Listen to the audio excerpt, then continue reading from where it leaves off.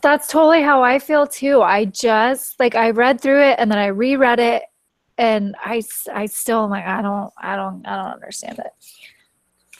I like some of their thoughts when they give their thoughts, like the one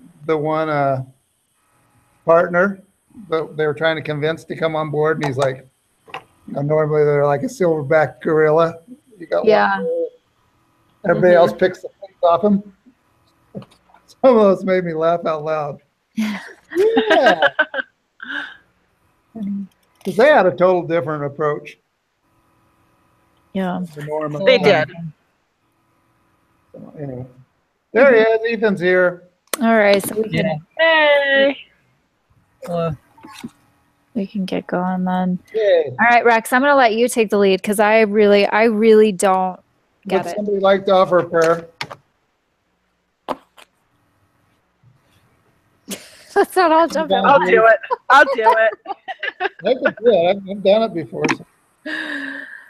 I can do it if you want. Okay, that sounds like a plan. Okay. All right. All right, dear Heavenly Father, we're so thankful for the opportunity that we have to meet together as a group so that we can help each other understand this case a little bit better. Please help us as we're talking, that we'll be able to enlighten each other and get that understanding that we need, learn the things that we should from this case. Please bless us as we go throughout the rest of our week, that we'll be safe and protected. Thank thee for all that thou hast done for us. I say these things in the name of Jesus Christ. Amen. Amen. Thank you. Okie dokie. Gotta love venture capital. I had financing new ventures last semester, along with investments. And needless to say, this is a lot of stuff we went over. Okay, so let's go right. Does anybody have anything they wish to add as far as the spiritual thought or scripture been on your mind this week? Gospel's true. There you go. Good deal. My wife was showing me Thomas S. Monson's. Somebody did a little thing with Bon Jovi's and Thomas S. Monson. So they cut clips and did the words for the song, one of Bon Jovi's songs. Oh, that is so hilarious. I've seen that. Have you seen that one? Oh, yes. So that's what we watched tonight. Have you guys seen the trailer for General Conference that's coming out? I saw a brief synopsis. I didn't watch it, but I saw that they released it. It was cute. Anyway, there's a good spiritual thought. Okay. Can I just ask a quick general question before we get into it that might help me? So the venture capitalists, so they were talking about how a lot of the companies that they were investing in, I wrote it down because I didn't understand. Let me see where my notes are. Okay, so do venture capitalists funded companies ever go on the stock market? Because they were talking about how, like on page 4, it said capital investments returned an average of 8.9% relative to S&P 500 index returns of 20.6. So what I understood from that was that the companies that were being invested by venture capitalists were only getting 8.9 versus the ones that were on the stock market. Correct.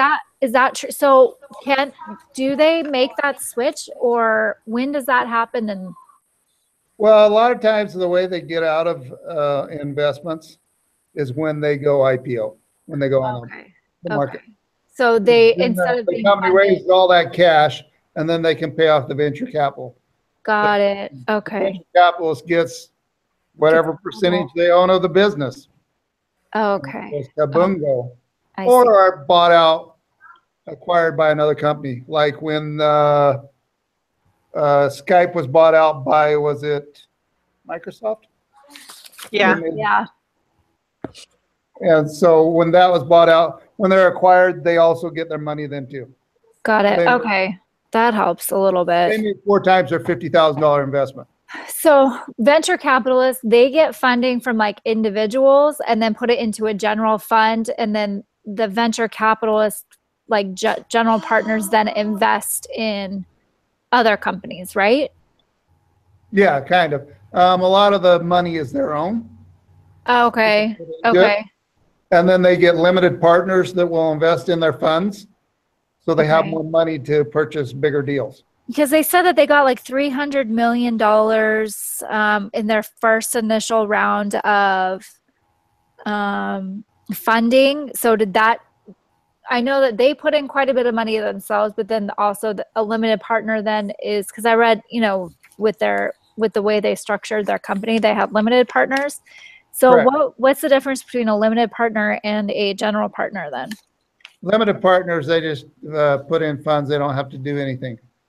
Okay. Okay. Got it. So like silent lots of money. They say, hey, we'll give you $1 million, invest it for us. Okay. Okay. That helps. Sorry. I really like, I'm taking the investments class and the new venture one, in addition to this. And it's like stock market really does not make sense to me. I don't get it.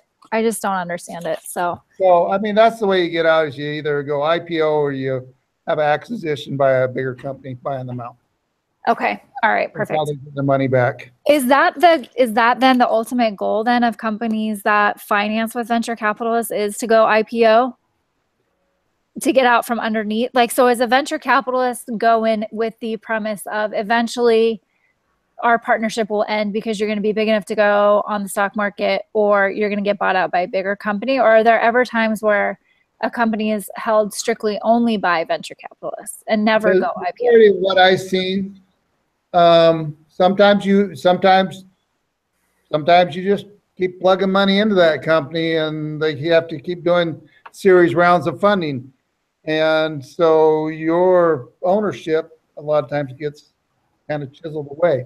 So they're hoping they will either be acquired by another company or go IPO. Okay. That's when you make your payday. Okay. Got it. All right. Thanks. That helps. That helps a little bit. But if the company's making money too, you own a percentage of that, so you're making money that way too. Right. Okay. All right. Thank you for explaining that. Sorry to detract from the initial conversation. Okay. I needed that too. So okay, good. I don't get it. So all right. Continue with your discussion lead. Okay, so the kicker I got on this one was they were used in 2009. It said, what was the venture capital industry attractive for a16z to enter in 2009? And a lot of the numbers you're getting is like 2010, 2011. So it's a little bit after they entered, but you can kind of go by, like it said, what was it? Something, I better put on my reading glasses. It wasn't that great because 2012, they said there have been poor returns for decades, or a decade. So that's normally not a good thing. Is that what you guys kind of got? Yeah, that's what I was saying. It shows like they were doing pretty well in 2010, 2011. I wouldn't say that they were doing like horribly bad in 2009, just because they had to start somewhere with it all. But I'd say it was definitely slow, just like any startup, you know. But I think it definitely helped them get into getting, a lot bigger within the next couple of years. Well, this isn't really grading their it says the industry, the venture capital industry. I got the feeling that the industry for venture capitalism wasn't really that great, because it said it was, I think it was like half of what the regular market was. Did you guys see that figure? It was like 10% rather than 20%. Yeah. And they just went through the recession that started in 2007 and 8. Mm-hmm. So, yeah, that was insane. Just remember what type of market it was at that point too. Right. So, and isn't it just like a narrow market also? Because I remember them talking about how like only a certain percentage of companies even made it to the top, and you had to be within the top 5 to get. So it's like a very hard market to land. Like you had to be really, really good and have really good firms. I think, it says 3% of VC firms generate 95% of the industry returns. So it seems like it was a super small percentage of companies that even made it. And that 3% of the people that were making it. Yeah. So it says They 3% didn't of. really move around to different firms. They stayed. Right. Right. They stayed there. Right. Yeah, pretty stagnant, it sounds like. Yeah. So you got 15 of the right investments make 90% of the industry's returns. 90% plus. So, yeah. And when you were looking at the S&P numbers versus their numbers, they're doing 8.9% versus was it 20 point? Oh, my highlighting. What page was that on? I think it was on 4.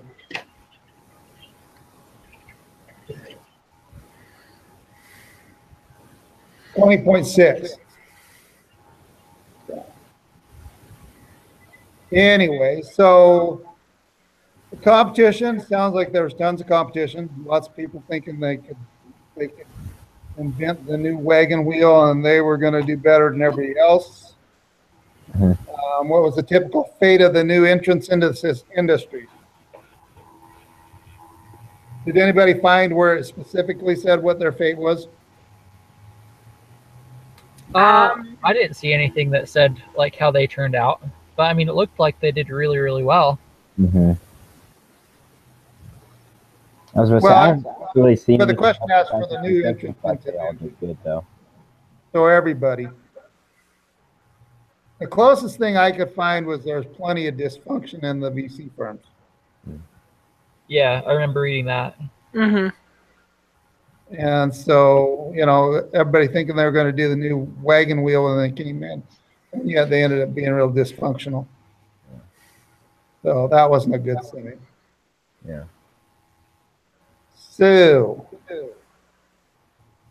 and we discussed about, it says, why was this so? What were the trends in the VC fund performance during this time? And we talked about the 3% of the VC firms generating 95% of the industry returns. And the 3% didn't really change. Different companies, they kind of stayed there. Average returns were 8.9 versus S&P going 20. So what was the question on that again? Why was this so? What were the trends in the VC fund performance during this time? So I kind of, I didn't think so much of number trends, but I was thinking more of like client service trends, like how a lot of the venture capitalists seem to kind of be aloof to a certain extent and like not really be that interested in like their actual clients. They were just like, I don't know, they didn't seem like they had their act together as far as being personable and willing to work with their clients. Yeah, it's almost like they didn't seem fully vested in it. Yeah. Just kind of, here, do it, but, make me money and don't make me do anything. Yeah, like, I don't want to be at the meeting. I'm just going to do other stuff. Like, right. Yeah, no sense of, like, ownership or teamwork. And they didn't have they weren't liked very much either. Yeah, in that first page. The venture capitalists? Yeah. Yeah, it says. No, I was just asking the venture capitalists. It says that they tried to disrupt the traditional VC model. And then it says they embraced a network model long used by leading investment banks, talent agencies, and consulting firms. And it goes on talking through it, talking about how they actually used recruiting and like marketing and business development instead of just kind of keeping to themselves type of a thing. So I'm assuming like traditional models of, yeah, like you guys are saying, not really open to anything, I guess you could say. Oh, here's the line I was looking for. General partners and limited partners on there on page 7. They were talking about the one guy, Scott Weiss, that was their 4th general partner. And he said, previously I considered venture capital and had crossed it off my list. VC firms are surprisingly hierarchical. In many firms, there's a silverback gorilla with all the other folks picking the fleas from him. What page is that on, Rex? Page 7. It's right there, a second paragraph down. So, I mean, he was kind of telling you what it was like. He said, that had no appeal for me. Also, VC firms can be really quiet places, almost like a morgue. There's no activity, just a lot of empty offices because you're expecting to go out and catch and kill your prey. Having been an operator and an entrepreneur, I love busy office due to these concerns. My job interviews with Mark and Ben was more like an argument. I told them everything that I hated about venture capital, and they answered each of my complaints. Said, "You're right. That's why we're building this firm." So that was probably one of the best things he could have done in the interview. What? I hate this, this, this, and this. They're like, oh, good, so do we. That's why we're building this thing. That's why we need you on board here. Yeah. So, I mean, that kind of made me think that they didn't like a lot of the venture capitalist firms. And Well, then the other one was the experience he had. What page is that on? Where he said, oh yeah, page 2, second to last paragraph. It said, my excitement turned out to be dismay when one of the top firm's partners asked me in front of my co-founder, when are you going to get a CEO, a real CEO? That knocked the wind out of me. You know, so they kind of disrespected the CEOs of these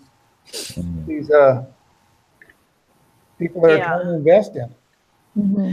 Yeah, well, I guess their thinking was that these technical CEOs didn't necessarily have the skills to build the business bigger. You know, once you get it started, then it's time to hand it over to someone that knows sales and marketing and has the soft touch. And that's instead what of just the technical know-how. But there's some people that can do both. That's what they say in the last paragraph. VCs frequently remove technical founders from CEOs' role because they felt the founders did not understand sales, marketing, and organization building, and lacked personal networking to tackle such tasks. So, anyway. So I liked that about their business model, is how they were like putting everybody that a CEO would need access to under one roof. Yep. Yeah, I liked that a lot. I thought that was, you know, and they identified that with their experiences, and so I liked that a lot. How that was what their point was to have everybody under one roof that was easily accessible for their people they were investing in. It like builds trust. And this last part of the question, with all the entrenched incumbents and catch-22s, what was the silver lining did a16 to Z seek? Do you guys figure out what the a16 to Z? They had 16 letters between The beginning of Andrus. Yeah. Really? Horowitz. oh, A to Z, I see it. Oh, that is clever. Isn't that clever? That is Wow. that is clever. That is First, I'm like, what is this A to Z stuff? And then I finally like, oh, Andrus. Oh, okay. Yeah. Okay. that Starts in A and Horowitz ends in Z. 16 letters right there. that is brilliant. They're smart. That's really smart. Good. So the silver lining, I think, was they could see all the dysfunction, Mm-hmm. you know, and they'd been treated poorly in their own dealings with a lot of venture capitals, and they wanted to make things better. They wanted to build something totally different than what was out there. Yeah. And so that leads to the next question. How do they plan to succeed in this different environment? Well, they just brought in everything that they felt the other firms were missing. So they brought in marketing people and financing people and just everybody that you would need to run a successful business. They had under one roof. So they, you know, they just had. I like how they compared it to the talent agency in Hollywood. Mm-hmm. that kind of made it click a little bit better in my brain. I'm like, well, okay, so they have this, and this, big deal. And then when you kind of compare it to something I'm a little bit more familiar with, I'm like, oh, okay, that makes sense. Mm-hmm. You know, so they can help this person with this gig and this person with this thing and this person with that. And so. You want to do a commercial in Japan? We can help you. You want to dance on Broadway? All right. Right. We got the network built. So that's what they were doing. They were building a network model. Yeah. Just well, like and when the you, creative artists agency that they. yeah, when you think about it, that's honestly the best way to build any kind of business, because everything is done through relationships and networking. And, you know, yes, you have to have the numbers fall in line, but you have to have those relationships to be able to build your business and help it grow. Mhm. Totally. So the kicker I got was there on page 3 where it said right there, the second, almost, well, it's part of the second paragraph. The co-founders resolved to build a team of functional specialists at a16z to support technical founders. Andreessen studied the history and evolution of professional service firms, including investment banks, consulting firms, ad agencies, law firms, private equity firms, and talent agencies. And you know, the one I think that got him was he followed the CAA, you know, the Creative Arts Agency, and seen what they didn't he even talk to the guy? Yeah, he did. Yeah. So, I mean, he went out and he did research. So he didn't just go into willy-nilly. So, I mean, but the guy seems like Well, he's got a really strong background. Did you see some of those companies he'd worked with and been a part in of? college, he did Mozilla. You know, and then after he said that, I'm going to do a little bit better than Mozilla, and we did Netscape, and you know, a year later he owns 90% of the market or whatever. Hey Rex, I don't think some of these kids have ever heard of Mozilla or Netscape. I have. I have. I was a Netscape user. No Mozilla. I was a Netscape user also. In fact, I used it until finally I stopped. I don't know why I did. It just kind of eventually disappeared. It did just disappear. I remember when we first got like the dial up, you know, I was like, Yes. Oh man, so funny. I mean, that he did fantastic with that when he sold it. Yeah, he did. It's come a long way. So, I mean, yeah. What did he sell that for? Like in the billions, I think. It's like 4 billion. Yeah. 4 billion? Mm-hmm. It was nuts. Crazy. So what question are we on now? We're down there. How did they plan to succeed? And then why is AC specifically targeting first-time technical co-founders? There's lots of reasons I could see. I'll let you guys go ahead and say them. If you don't use up all the ones I got, I'll add them. Why is he specifically targeting first-time technical co-founders?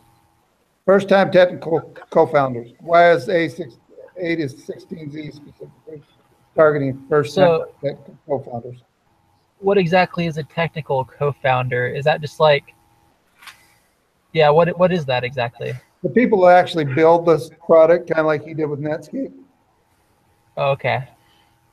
I believe that's the way I took it. That's why I may be completely off base on this, but I mean, being a brand new first time technical, you haven't been tainted by what's out there. That's what I was thinking too. So they come with a fresh, you know, fresh excitement, really ready to hit the pavement, really ready to work hard. And so I would assume that that's why they were targeting those guys, is because they haven't had any experience with anybody else. And so it would make it easier, make their firm more appealing. And they would also have like first crack at the really good opportunities that haven't yet been recognized by any of the other firms. Yeah. Right. Well, and they're also likely to have just some really good fresh ideas as well. And they haven't been, like you said, they haven't been beaten down. Mm-hmm. And they're going to get out there and really push hard. Yeah. Yeah, I agree with that. That, and they haven't learned all the bad habits yet. They're probably more willing to take advice. Mm-hmm. They're not, oh, I've been there, I've done this before, I know what I'm doing. It's, oh, crud, what do I do here? Right. You know, and these guys have done lead me. so much in the technical field that they've got a lot of advice to give, and good advice. Mhm. They've been very successful with what they've done. So, Right. yeah. Okay, so one of the things I was looking at was, like you just said, Jordan, they've been through that role before. Mm-hmm. So they probably have a little bit of a soft spot for them. They know that these guys are going to put in more work than somebody else that's brought in to just run the company, because this is their baby. This is their blood, sweat, and tears. They also looked at all the successful companies that had succeeded: Amazon, Dell, HP, Intel, Intuit, Microsoft, Motorola, Oracle, Adobe, Acer, Apple, AMD, Sony, Seagate, and etc. I mean, they just had a boatload of a list there in the back. That's just some of them. That's about half of them. You know, so these are highly successful companies. And the other thing was, they won the CEO that helped found it to stick around. Mm-hmm. They didn't want to. They don't want to say, "Hey, when are you going to hire a real CEO?" Right. You know, to a co-founder. Well, They I think need that, more effort and work than the other guys. right, and I think also they're probably going to be a little bit younger. They're not getting someone that's kind of bitter and ready to retire, just looking for something to do for the next 5 years. They, like you said, they want someone that's going to be in it for the long run, Mm-hmm. Well, for the longevity, and also just with the idea of, oh, go yeah, ahead. with how much. Oh, just thinking, just how much can we advance? Every generation we see these kids coming up that just have these new crazy ideas that you're like, no, that'll never work, and then they go do it, and it's like, wow. Yeah, I mean, the they also have these people that have been told by other companies, and it's really a competitive environment, that when you're going to hire that, and that offends these people, and they're like, no, we want you to stay at CEO. Mm-hmm. You'll work harder than somebody that we'd bring in and place in your spot, or that you could place in your spot. So, I think they've seen the fire in their eyes too. Mm-hmm. That's a positive, not a negative. Right. Okay, so how has the cost of technical startups impacted the VC industry?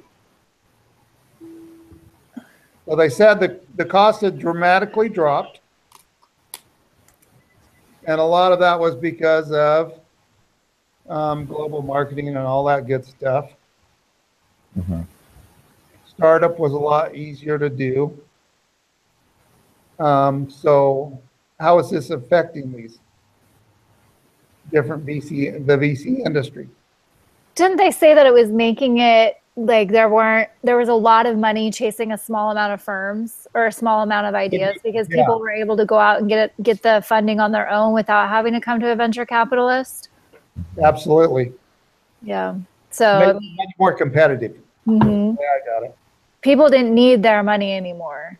They could go and get it and maintain maybe more ownership in the company by self-funding. And well, it kind of reminds me of a little commercial you see with a little Muppet-looking guy that's green that gets his bank loads online in his shorts from his house.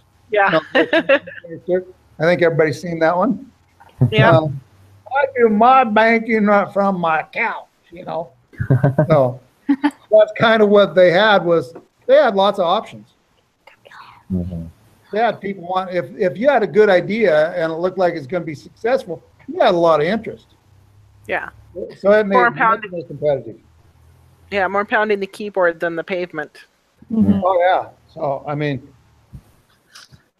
how does this impact the need for technical co-founders to raise capital? They didn't need to as much anymore. True. Yeah. I can't even read my thing.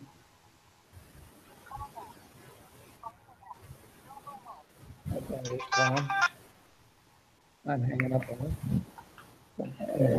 it. Let's see. Put my glasses on here. So what did I just say until my daughter called? We were talking about trends.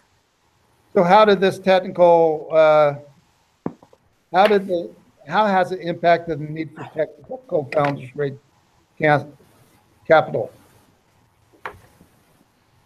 They don't need to as much anymore. That's what I mean.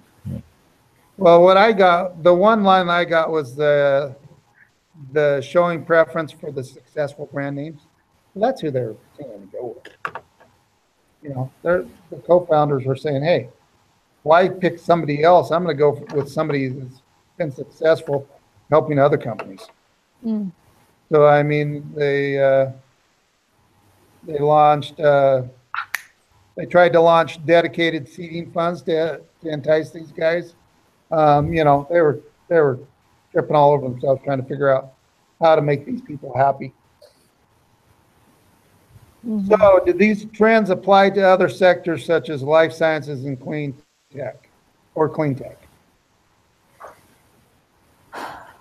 I don't think so, because if I understand it, which I don't, so but the life sciences and clean tech were still so new that the technology wasn't as cheap as like the internet run companies. And so I don't think that it did. I think that those trends, like the life sciences and clean tech, still needed venture capitalists because people weren't as familiar with it. That's how I took it. Okay. Did you guys everybody else take it that way? Yeah. Yeah, But, more or less. Those guys are more a little bit hardwired and it hadn't really got to them yet. Mm. Right. Okay. What choices do technical founders have for financing that they didn't have a decade before? So what choices do they now have for financing that they didn't have a decade before? So which makes it even harder. Were angels around a decade before? Or were those? There was, because he was saying he did some angel investing, but the angels changed the way they did it. So that's one of them, you know, because then they didn't have angel investor groups and stuff that they were grouping together, becoming. Yeah, then there was crowdfunding as well. Yes, that's what I was looking for. Yeah. Page 4. Bottom. And then they had the incubators too, you know. Right.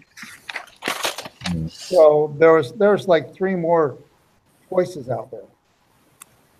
Yeah, and it was easier. It seemed like it was easy. It's easier to get funding now than it was 10 years ago. You know, they were able to just if they had a good idea, anybody could invest in it. They didn't have to go to a specific venture capitalist. They could throw it out there and somebody could pick it up just independently. Yeah, I mean, Right. VC firms, when they were doing the numbers, that's about the way they are still. 40% fail. Right. You're in. 40% estimated venture-backed companies fail. 40% return on moderate amounts of capital, and only 20% or less produce high returns. Where are you seeing? Where are those numbers? That's on the top of page 4, bottom of the first paragraph. Oh yeah, there it is. Okay. Yeah. So VC firms compete on their ability to source, pick, win. How does a16z's business model influence these abilities compared to other VC firms?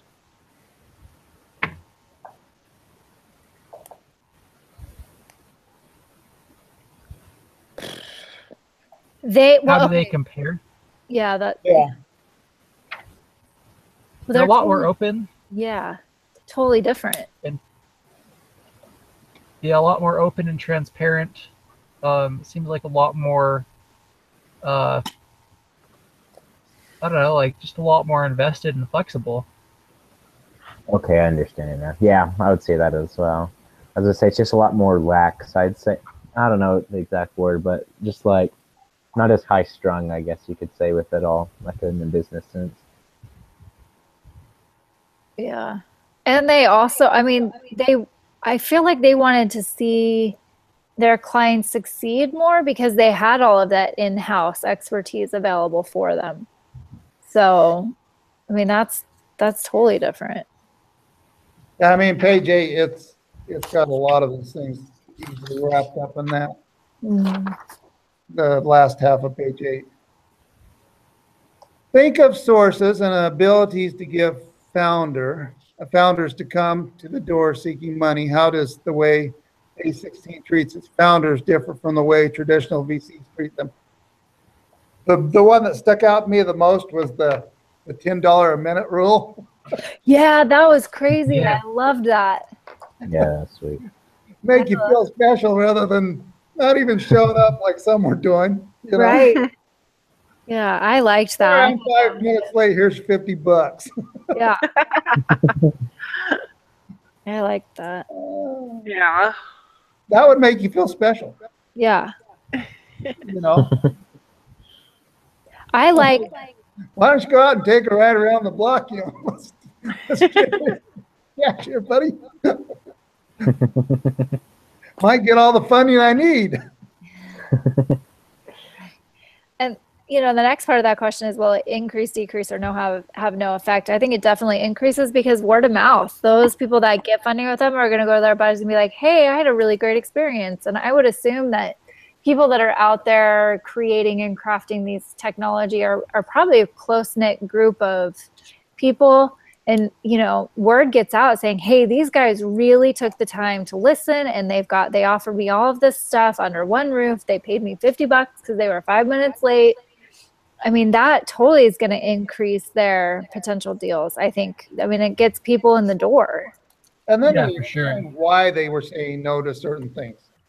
They don't just say no and that's it, Right. They gave a Right. reason and explanation. And I liked how they said that they sent out that 5-question survey to the people that they turned away. And 70% of them returned the feedback and said, yeah, we would recommend you to people we know. So, even the people that got turned away were still impressed with the way that they were conducting business and weren't put off or bitter or angry that they didn't accept their deal. I think they left knowing why and how to improve, so that if they did improve, they could go back and possibly get funding from them in the future. And yeah, Right. that's very true because they were specialized, so they could give them good pointers on what they could change and stuff. Those people make the changes, they improve, they get that survey. Yeah, would recommend you. Guess who they're going to go to first if they make the changes they think. For sure. Mm-hmm. So, Yeah. They ran a really good business, that's for sure. Yeah, I agree. okay, which question are we on? Are we on the how will this change if a16z begins to fire CEOs? Yes. Because they are not performing well? I don't know that it would. And I say that because I think that they would, and I think that their other clients or potential founders would know that they really invest in their people. And if it's just not working, then I think because of their reputation, people around them would know, yep, that was probably the right call. Because they're so concerned with keeping the founders on as CEO, that if it wasn't working and it wasn't in the best interest of the company, I think that people around them would trust their experience and their recommendations, be like, yep, okay. So I don't think it'll affect them at all.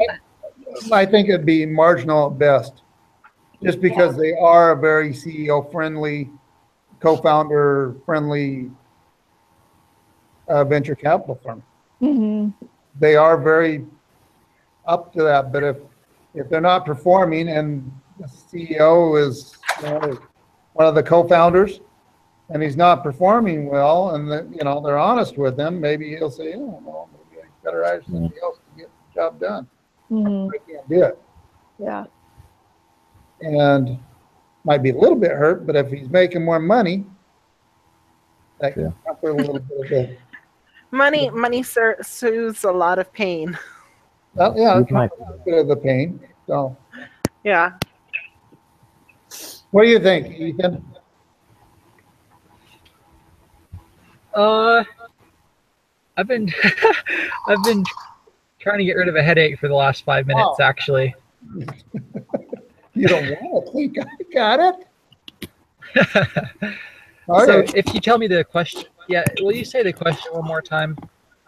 Because like I've been listening, but I've mostly been pounding my head against my pillow. It says, how will this change if a16z begins to fire CEOs because they're not performing well? The goodwill that How will what change?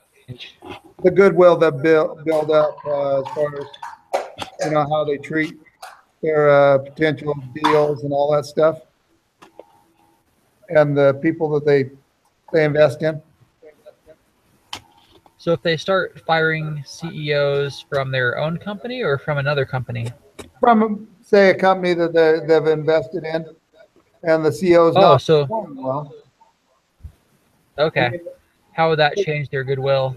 Because they had the $10 a minute rule if they didn't show up. They were honest with people with their questions and responses and tell them, they tried to be honest and explain why they didn't like it or it was no good or they couldn't do a deal with them, And then they sent out a survey, and 70% of those people sent the survey back. And we'd recommend you even though you didn't finance us.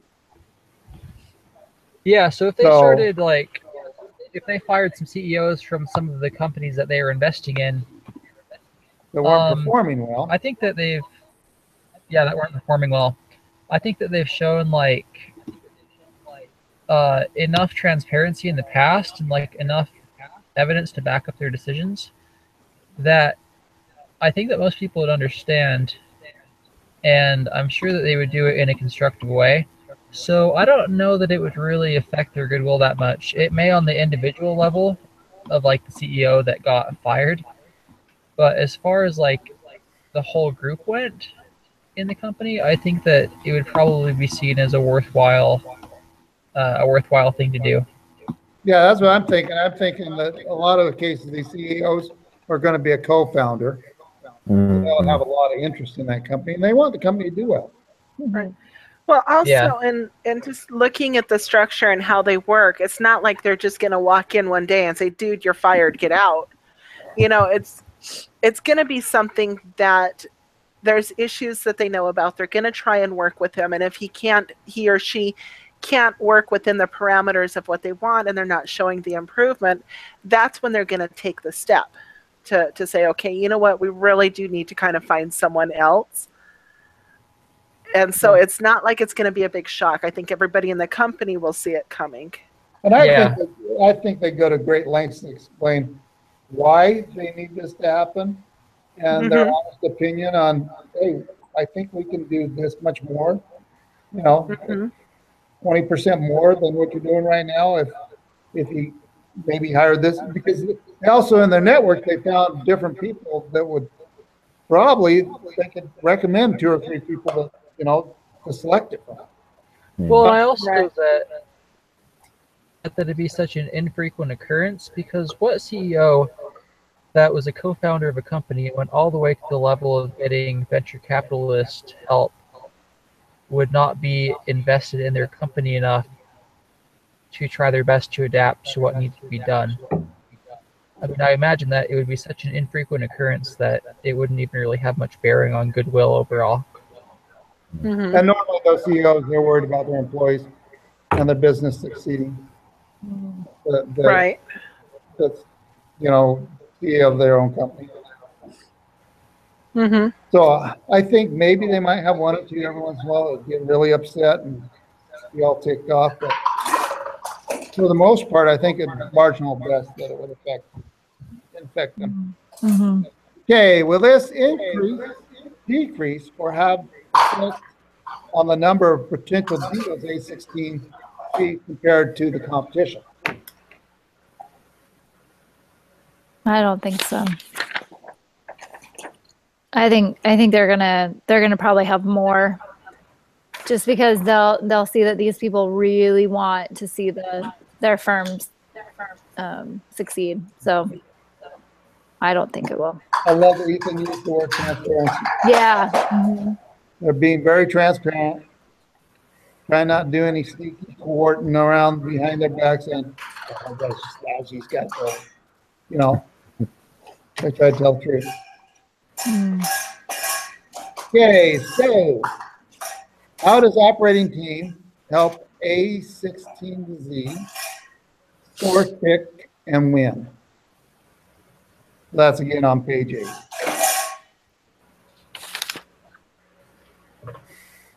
I just think because of the operating team that they have in place, they each bring a different like a set of skills, and it just really helps. You know, if you've got 8 different people with 8 different backgrounds, Oh, it was on top of 9.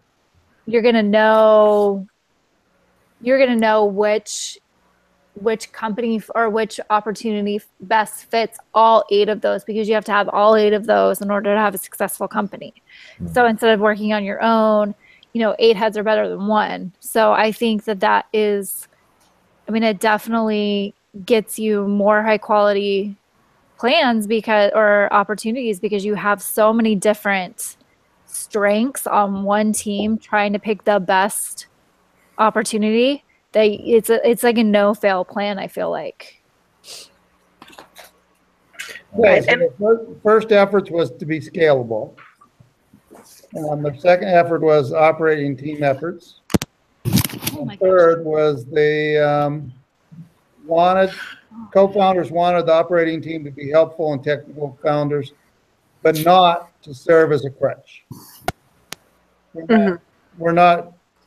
are not training wheels for startups. We do not do things for companies that they must be able to do for themselves. We don't hire for them or run their PR. We don't raise their next rounds. We don't have designers. We co-sign them.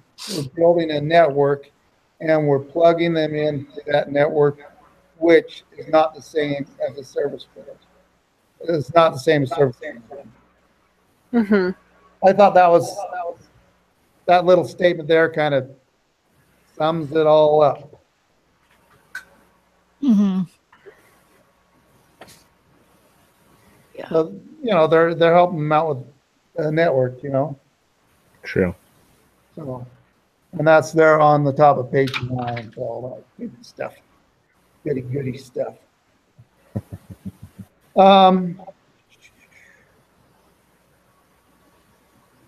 Does it increase the odds of getting more high quality deal flows? I think it does, for sure. I do too. Trish? Yep, absolutely. Sorry, I forget. You can't see me shaking my head or nodding my head. I wasn't paying attention. Ethan got knocked off, huh? Yeah, he just texted saying his internet turned off for some reason. He's trying to reconnect. Okay. See you. If so, why? Hello, I'm back. Oh, good. Hello. I would say that's mainly because, I mean, they built the network, and you know, they're not doing it for them. They're having these people do it for themselves, and you're going to have better success if you're doing it yourself and you have support from other people to help you do it. I mean, it's support. I was going to say, that's exactly it. They're there to support them, not to do it. Otherwise, they would be building the company themselves. And they'd have to hire more people. Yeah. And become what they don't want to do. So. So, does it affect the ability to pick winners? I think it increases their opportunities to pick the winners. Just with that different skill set that each person brings to the table. And does it actually have an impact on the odds of success for a16z profile companies? Oh, for sure. Oh yeah. Yeah, I think so. And if so, how? If not, why do you think that? So, They bring a whole new level to the playing field. It's kind of like, you mentioned Sharks early, or Shark Tank earlier. It's kind of like the little startup coming in and saying, okay, I've taken this as far as I can. I need money and I need advice. A lot of times they want the advice more than they want the money. Mm-hmm. And so it's getting that expert to kind of give you that advice, not to do it for you, but just to say, okay, so why don't we try this? And here, I've got this contact. Let's go use this to open this door for you. connections. Exactly. Well, and that's what they were building. They were building a network. That was the whole point. Network with connections. Mm-hmm. Shark Tank, like the one lady that's got the what is it? TV, what is that? QVC. Yeah, QVC. Lori. And but she also has ties to like Walmart and mass merchandisers. Right. Oh yeah, one of her favorites is Bed Bath and Beyond. And so when you can hook up these people with those, this is kind of the same thing. They're hooking up these people with people that will help them and network with them and connect them to the right people, the right. They maybe they said they had what engineers and things like that in their network and all that stuff that they can help them. They watch 20 different colleges, 22 different colleges in engineering, and try to find out, hey, who's really hot, who's one of your promising students or whatever. And I think going on that too is they really set them up to be successful. They don't just say, here's the money, good luck to you. They really take the time. I feel like they probably sat down with them on a daily, weekly basis and said, okay, let's talk about where you're at. What do you need us help? What do you need help for? They. Sorry, go on. No, I was finished. Oh, I was going to say, it almost seems more like a coaching service. Mm-hmm. Mm-hmm. Yeah. With the benefit of money. Yeah. Where I think the other venture capitalist models were just, okay, here's your money and we're just going to sit back and you go do your thing. Yeah. Report back to us and tell us how much money you're making for us. Right. And if you're not making money, we're going to get a real CEO in there. Right. Right. Yes. Yeah. Yep. And even if you are making money, we're going to get a real CEO in there. Yeah, Right. we might need You to don't do have that. the skills to do it. That might be in the deal. Right. I have to have a CEO, hire a new CEO in the deal. If you Right. want our money, you have to hire somebody different. Yeah. Here's the list. Yep. Okay, so here we go. Here's the big vote. Put yourself in the shoes of Andreessen and Horowitz. You must decide whether or not to seek to double your assets under management. Vote as a group. The decision must be unanimous. Consider the following as you decide. How many profile companies can one general partner reasonably support? Are there any economics of scaling in this business? Will you have to hire more operating team people? If so, will your partners actually make more money for doubling the assets, or will all of the additional profits go to hiring more people? What do you guys think? I want to say that I think that they should just leave it as is because they're making money now. So why rock the boat? That's true. But I could be swayed to go the other way. My opinion is that it seems like a logical next step. They're doing everything well so far. And, if they're not constantly fixing things, then it makes sense that they should scale up as long as they have that ambition. Do you think that because of their business model and the way that they're picking companies, that they're running into less problems managing, or not managing, but assisting or the businesses that they're bringing on, because they have such a good recruitment, not recruitment process, but choosing, they pick the right company. So do you think that they're spending less time with these companies because of the way they're picking them? Does that make sense? I think that's a big part of it, because they're not picking the ones that are going to need their hand held every step of the way. Right. They're picking the ones they can give them an outline of, here's what you can do. Here's our networking abilities. Go. Let me know if you have any questions. I'll check in with you. We'll do that. But I don't have to go to every meeting with you to make sure you don't screw it up. Right. Right. So, and I think as long as they continue to have that same standard, I think they can expand. And I think that the additional income it will bring in would more than make up for the additional help that they need to bring on board. Yeah. Okay. What do you say, Dylan? I think that exactly thing. So I think that, yeah, like kind of Ethan was saying, I think that is the next step, because they're doing fine right now, but I think they could be doing better, honestly, with their potential and whatnot, because they have been making really good investments lately. And if they just go ahead and move, what it said, scale out to different parts of the world and things like that, I think they could be making even more, a lot more money doing that as well. Yeah. So. Well, and I think a big part of it is that when you said they're doing fine, they're in this position because they weren't satisfied with doing fine. They want to do amazing. Yeah, that's true. And in order to keep being amazing, they're going to have to keep ratcheting it up a little bit. Yeah. Yeah. I'm I don't know very if this strong on my opinion on this one. I don't know if this has been. Oh, sorry, Rex. You go. You want me to go? Sure. No way scale up. No way, no how. He had concerns from the get-go. He was concerned about complacency. The bigger you get, the more complacent. He was concerned about communication. Then when you look at the right 15 investments make 90% of the industry's returns. That's a good point. If there aren't a lot of big, hot, diggity dog businesses out there, why go bigger and just split your profits up, because there's only going to be so many people that's going to make you money that you can invest in. So it's a real strong no way, no how. Yeah, I totally forgot about that part of it. That is a really good point. Can you say that one more time, Rex? What about the 90%? Say that one more time.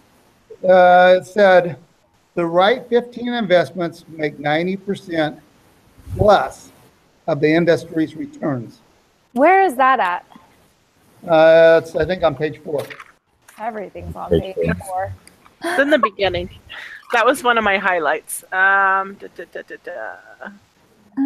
top of page 4. First paragraph. Okay, so 3% of generate 95% of industry's returns. Oh, here it is. Okay, I highlighted everything but that part. So that scares me. Is there more companies making money now in startups? Maybe. You might have 30 companies now. But if you have 30 companies and you can get most of those with where you're at, it's there. Don't rock the boat. You But got are a good team going now. You got good communication with everybody. You got a small staff. You know everybody. Everybody's hungry. They're go-getters. Boom. But are they going to get complacent by not growing? That's kind of one of my concerns. They're going to be like, oh yeah, we're at the top of our game, so we're just going to kind of coast, and that's how complacency starts. Well, the way they've got it structured is, it all goes in the pool. It's not like, hey, you won, so you get it more than everybody else. It's structured really nice. Now you go bigger, you might not have the same structure. You might have disgruntled people. Right now, everybody that's there. You're happy, small thing. You probably have picnics together and all kinds of little things, cruises together. Who knows? Couldn't they try to scale up, and then if it didn't look good, they could always take a step back? I mean, and then the other thing was, if you look at the exhibits, you look back and you're looking at the other firms. What exhibit was that? None of them were really scaled. The better firms. It's Exhibit 9.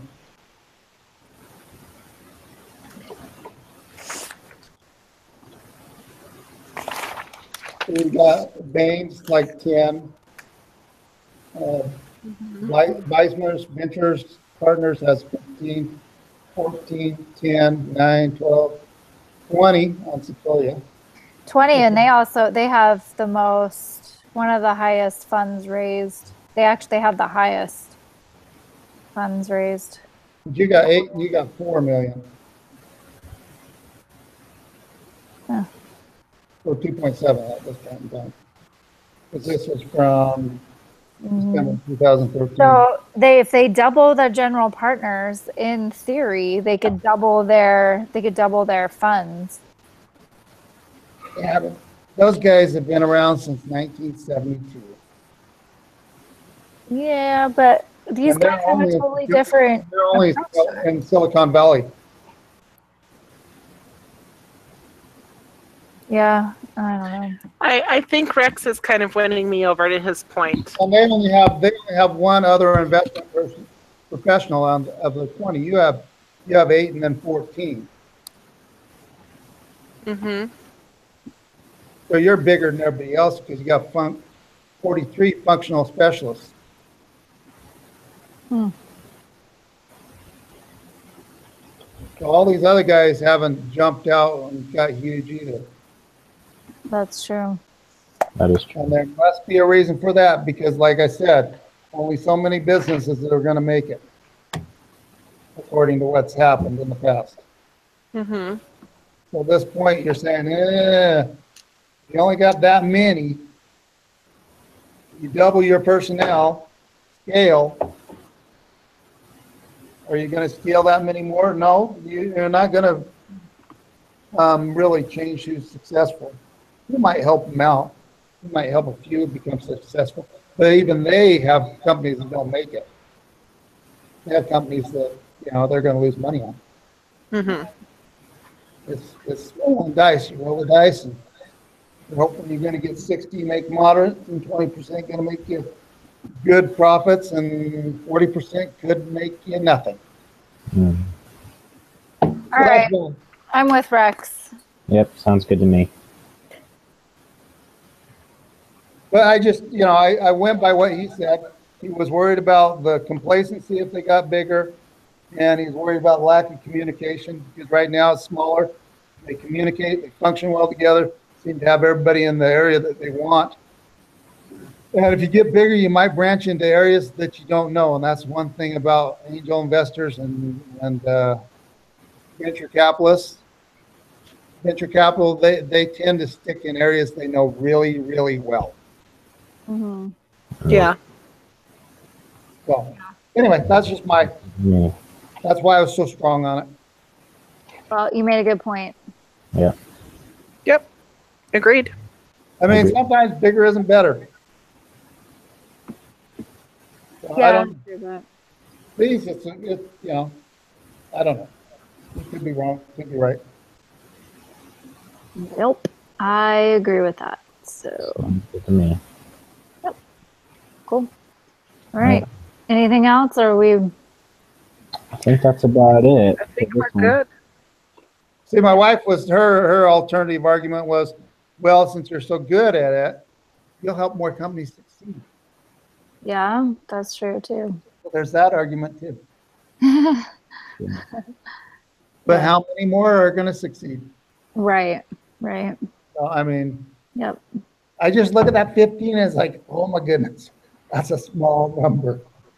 And Yeah. Yeah. There's about 30 companies a year, or investments or whatever, Mhm. And, you normally don't get your money until they're either purchased or IPO. I mean, well, you will get some money if they're making profits, but if they're not making profits, a lot of times you're pumping more money into that company. Right. Mm-hmm. Anyway, I don't know. Oh, cool.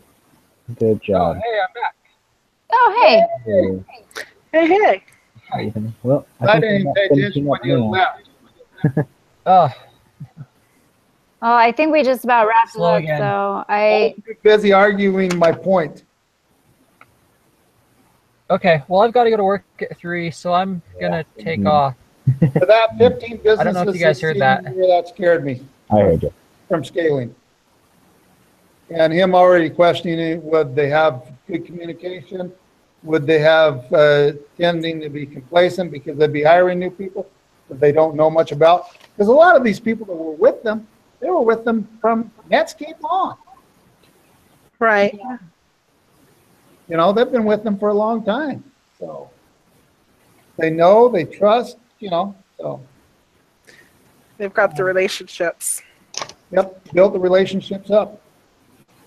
So, I mean, when I was going over the little, their background and stuff in the exhibits, like, hey, yeah, that's a connection. There is one guy from, he graduated from Southern Utah University. Woohoo! Ah. yeah. Cool. And that guy's been very successful. All right.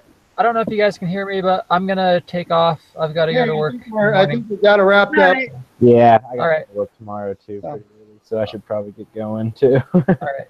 Bye. See you guys. Good luck with Good night. the I'll talk to you guys next Tuesday then. Yep. Yeah. Perfect. You guys take All it right. easy. Yeah, you too.